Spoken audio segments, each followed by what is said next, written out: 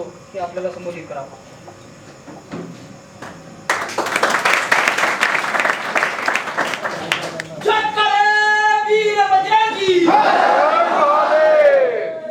जय श्री राम. बहुत अच्छा लग रहा है इतने सारे बजरंगियों को एक साथ देखकर.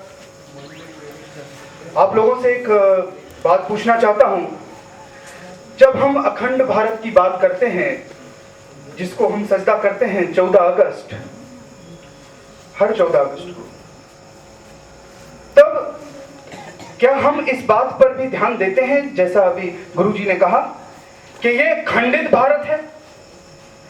ये खंडित कब से होना शुरू हुआ? इस बारे में किसी ने आज तक सोचा है? लोग कहते हैं कि 1947 में पाकिस्तान और बांग्लादेश, जो कि उस वक्त वो पाकिस्तान का हिस्सा था, उस वक्त भारत खंडित हुआ. मैं ऐसा नहीं मानता कि 14 अगस्त 1947 को भारत खंडित हुआ. भारत खंडित उस वक्त होना शुरू हो गया जब हमारी संस्कृति का पतन शुरू होना हो गया. वर्तमान के भारत को मिलाकर अन्य 11 मुल्कों को मिलाकर अखंड भारत बनता है, जिसमें इंडोनेशिया है, मलेशिया है, अफगानिस्तान है, बांग्लादेश है, श्रीलंका है, भूटान है, म्यांमार है. इन देशों को मिलाकर अखंड भारत बनता है. हम सनातन धर्मियों ने कभी भी विश्व पर राजनीतिक वर्चस्व स्थापित नहीं किया था. हमने विश्व पर सांस्कृतिक वर्चस्व स्थापित किया था. ये मैं बात आपसे क्यों कह रहा हूं, संस्कृति की बात मैं आपसे क्यों कर रहा हूं? क्योंकि ये सांस्कृतिक वर्चस्व हम गवा चुके हैं. जिस क्षण हमने सांस्कृतिक वर्चस्व को गवाया, उस पल अखंड भारत खंड खंड खंड खंड भारत होने लगा. और वर्तमान जो भारत है, वर्तमान भारत में भी हम संस्कृति को, भाई याद है, हाँ, वर्तमान भारत में भी हम संस्कृति को गवा रहे हैं. अभी एक महानुभाव के घर पर मैं बैठा था, वहां पर मेरी दीपक गुरुजी से इसी बारे में बात हुई कि जब हम मुंशी प्रेमचंद की किताब को रखकर शेक्सपियर की हैमलेट को उठा लेते हैं, हीर रांझा छोड़कर रोमियो एंड जूलियट पढ़ना स्टार्ट कर देते हैं, उस वक्त हम विदेशी कल्चर को, विदेशी संस्कृति को ग्रहण कर लेते हैं, कंसीव कर लेते हैं. इसके बाद कन्वर्जन की जो प्रक्रिया है वो बहुत आसान हो जाती है. आप सभी से मेरी एक छोटी सी दरख्वास्त है, एक छोटी सी रिक्वेस्ट है. संस्कृति से प्रेम करने वालों, संस्कृति को संभालो.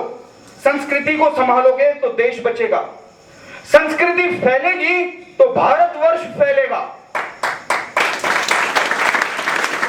आप लोगों को पता होगा, क्रिश्चियनों में जो लोग कन्वर्जन का काम करते हैं उनको इवेंजलिस्ट कहते हैं या बाप्टिस्ट भी कहते हैं.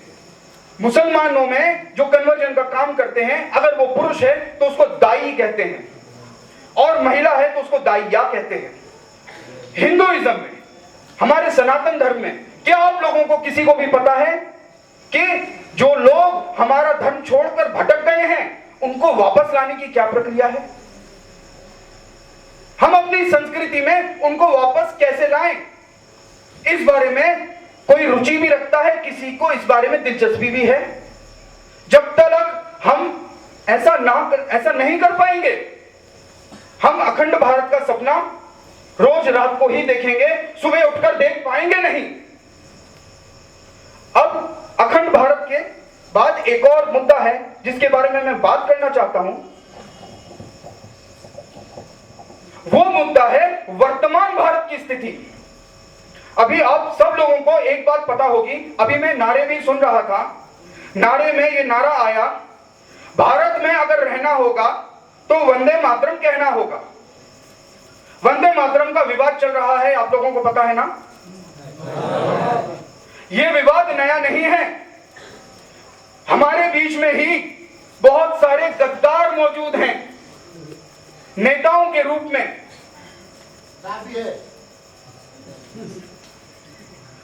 मोहम्मदन्स के रूप में, ईसाइयों के रूप में बहुत सारे गद्दार मौजूद हैं। और मैं आप लोगों से कुछ पंक्तियां कहना चाहता हूं। मैं थोड़ा कहूंगा, आगे आप कहेंगे। सारे जहां से अच्छा हम बुलबुले हैं इसकी, मजहब नहीं सिखाता, हिंदी है हम वतन है। ये जो कविता है सारे जहां से अच्छा, सारी पाठ्य पुस्तकों में, सारी पुस्तकालय में, सारी यूनिवर्सिटीज में ये कविता पढ़ाई जाती है। ये कविता लिखी है आलिमा इकबाल ने 1904 में। उस वक्त मोहम्मद इकबाल को इस्लाम की पूरी शिक्षा नहीं मिली थी। जब उसको इस्लाम की पूरी शिक्षा मिली 1908 में लंदन में पैन इस्लामिक सोसाइटी में, उसने इस कविता के आगे, सब लोग ध्यान से सुनेंगे, उसने इस कविता के आगे 4 पंक्तियां और जोड़ दी। और वो पंक्तियां हैं, चीन वो अरब है हमारा, हिंदुस्तान है हमारा, मुस्लिम है हम वतन है, सारा जहां है हमारा, तौहीद की इमानत है सीनों में हमारे, आसान नहीं मिटाना नामो निशान हमारा। अब आप लोग बताइए, क्या आपने कहीं पढ़ा है? ये वास्तविकता है। ये जो सेक्युलर ढांचा, ये जो सेक्युलरवाद की लोग बात करते हैं, ये उनके मुंह पे तमाचा है। मुस्लिम है हम वतन है, मगर हमारी पाठ्य पुस्तक में कविता आदि ही पढ़ाई जाती है। ये ढोंगीपन, ये छलावा, ये डिसेप्शन, ये पूरे समाज को दीमक की तरह खा रहा है। इसी से जुड़ा हुआ वंदे मातरम का भी विवाद है। फिर इसके बाद यहां पर कोई मौजूद है जिसको पता हो कि भारत में कितने जिले हैं? भारत में करीब 615 जिले हैं। 615 जिलों में से लगभग 200 जिलों पर, 200 डिस्ट्रिक्ट्स, 200 जिलों पर माओवादियों, नक्सलवादियों का कब्जा हो गया है, जिसमें से 51 जिलों में हम भारत का झंडा नहीं लहरा सकते। वहां पर समानांतर सरकार चलती है माओवादियों, नक्सलवादियों। इसके बाद 30 जिले ऐसे हैं जहां पर जिहादियों का पूरा कब्जा है। अनेक वर्षों में, इनफैक्ट मैं बताना चाहता हूं, आजादी के बाद पहली बार ऐसा हुआ कि हम इस साल सन 2010 में कश्मीर में लाल चौक पर 26 जनवरी को तिरंगा फहराने में नाकाम रहे।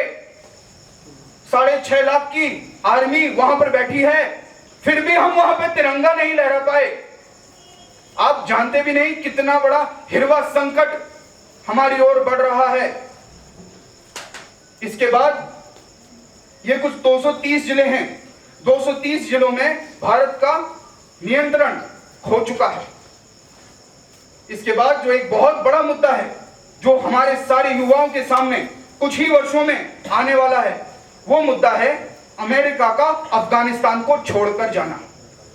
अब आप लोग सोचेंगे कि बेगानी की शादी में अब्दुल्ला दीवाना, ये कैसे, ये इसका क्या कनेक्शन है? अमेरिका अगर अफगानिस्तान को छोड़कर जाता है तो उससे भारत को क्या फर्क पड़ेगा? उससे भारत को फर्क पड़ेगा। अमेरिका बहुत हैवी कैजुअलिटीज उठा चुका है। वहां पर युद्ध की वजह से अमेरिका में रिसेशन आ गया है। यह युद्ध अब वो ज्यादा दिनों तक कंटिन्यू नहीं कर सकता।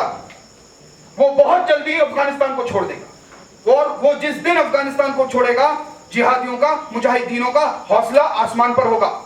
अमेरिका उनके लिए 7 समुद्र पार है, वहां तक उनको पहुंचना मुश्किल होगा। मगर भारत पास में है। आप लोग तालिबान को जानते हैं ना? तालिबान तालिबान तालिबान, सब लोग सुनते हैं तालिबान तालिबान। तालिबान का अर्थ क्या होता है? तालिब का अर्थ होता है विद्यार्थी, कुरान का विद्यार्थी। ये तालिबानी जो हैं, ये एक मदरसे से इनका जन्म हुआ, और ये दारुल उलूम देवबंदी मदरसों से तालिबानियों का जन्म हुआ। आप लोगों को इस बात का एहसास शायद ना हो